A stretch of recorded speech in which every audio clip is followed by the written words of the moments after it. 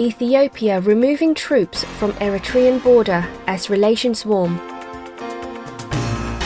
Last week on Friday, Ethiopian military officials announced plans to move troops away from its border with Eritrea.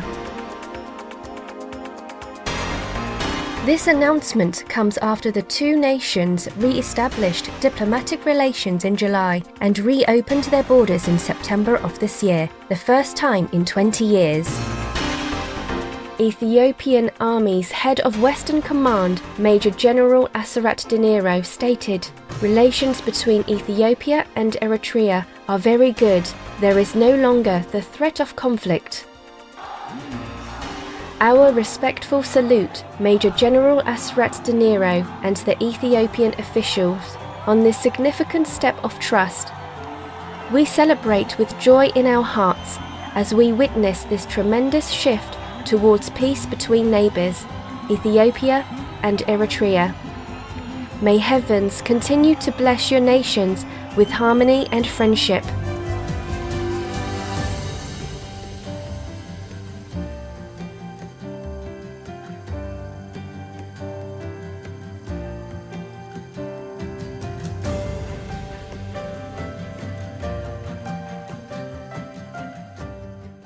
Collaborative Sports Project supports Palestinian refugees in Lebanon. Qatar-based Education Above All Foundation has joined with the United States-based non-profit organization America Near East Refugee Aid to offer sports opportunities to young Palestinian refugees in Lebanon. The program, called Reach Out to Asia, ROTA, has restored sports facilities as well as provided training projects and equipment for the youth in 3 refugee camps. ROTA's Goodwill Ambassador, Ghanim Al-Mufta, has played an important role in procuring funds and supporting the project. Over 4,000 refugee youth benefit from the program, which has also provided training to 45 coaches in helping youngsters join sports tournaments and offering them various courses. A high-spirited thank you from the heavens, Education Above All Foundation, the American Near East Refugee Aid, and Ghanim Al-Mufta. May many more joint efforts be created to help refugees move towards hopeful and abundant futures. China plans to reduce electricity usage with artificial moon. Chinese scientists plan to send an artificial moon into space to orbit 500 kilometers above the Chinese city of Chengdu by 2020. With a reflective coating that can deflect sunlight back to Earth, the device will be an estimated 8 times the brightness of the moon. It is expected to cover 50 square kilometers and save approximately $174 million of electricity costs annually. If successful, 3 more artificial moons will be launched by 2022. The extra light could also be helpful for use in disaster-stricken areas that experience blackouts. We are so impressed, Chinese scientists, for your bold and creative efforts in providing lighting solutions. We wish you all the best with your energy-reducing endeavors. Australian state considers paying a salary to foster parents. The South Australian government is trying out a plan to pay a $75,000 tax-free salary to foster parents caring for children with special needs. Implemented in the state of New South Wales starting December 2018, the program will be closely monitored by the South Australian government. It is hoped that the initiative will attract carers with specialties in social work, psychology, nursing, or teaching, looking to make a difference in a child's life and possibly assist reuniting the youngsters with their original families. What a noble endeavour, New South Wales and South Australia, to make sure your most vulnerable children have the best care possible. May all young people have a supportive and nurturing environment to grow into loving and happy adults in heaven's grace. Japanese and United States companies collaborate on flying delivery trucks. Yamato Holdings from Japan and Bell Helicopter Textron from the US have agreed to jointly develop flying trucks to help ease the shortage of delivery drivers in Japan. The new flying vehicles, to be available by the mid-2020s, take off and land vertically and will be able to carry 453 kilograms and travel at 160 kilometers per hour. They are also expected to reduce traffic jams, allow delivery in remote and mountainous areas, and be used during extreme weather events to assist those in need.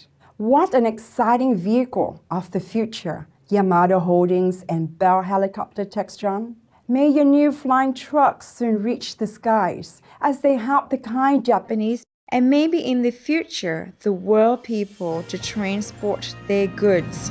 Oman excels in public safety. The Royal Oman Police, ROP, has expressed appreciation for the citizens' and residents' contribution to making the nation one of the safest worldwide.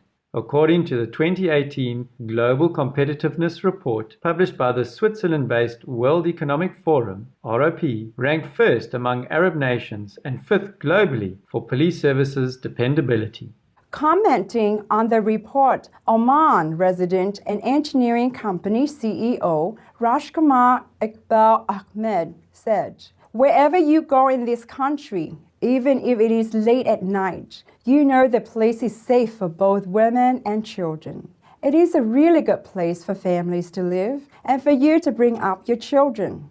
Our respectful bow and congratulations, Oman and the Royal Oman Police. May your harmony-loving nation continue to be an oasis of peace, stability, and security for your magnanimous people. In Allah's blessing." Nestle and Tesco commit to protecting the ocean. Major United Kingdom supermarket chain Tesco and food and beverage giant Nestle have joined the Global Ghost Gear Initiative, or GGGI. It is an international campaign to find solutions to the problem of 640,000 tons of fishing gear that is dumped into the oceans every year, causing harm to millions of marine animals. Established in 2015 by UK-based World Animal Protection, GGGI confirmed their plans to support 30 anti-ghost gear projects in 15 countries by 2025. They also promised to double its financial commitment in 2019 to adequately address the issue and to take preventative measures, particularly in developing countries. We are gladdened, Nestle and Tesco, for your commitment to safeguarding our treasured sea life. May our gentle marine neighbors always flourish in their natural habitats in the protection of the Providence. Canadian girl knits for the homeless. As snow arrives in Canada, the Calgary Drop-In and Rehab Centre received a timely donation of 83 handmade hats from a grade 8 student, Elisa Naran. In devoting her spare time to knit for those in need, the 13-year-old girl also made 80 hats for another homeless facility last year. Prior to knitting cozy headwear, Elisa used her crafting skills to make hundreds of charms and bracelets, which she and her family donated to 2 local children's hospitals. In an interview with Calgary Herald, Elisa's mother, Anis Narang, said, "It was really nice to see her feel good about doing it. She got something back from it as well, the feeling of doing something nice for others. What a beautiful soul you are, talented and big-hearted Elisa Narang. May God bless you abundantly as you continue to bring loving warmth and care to many."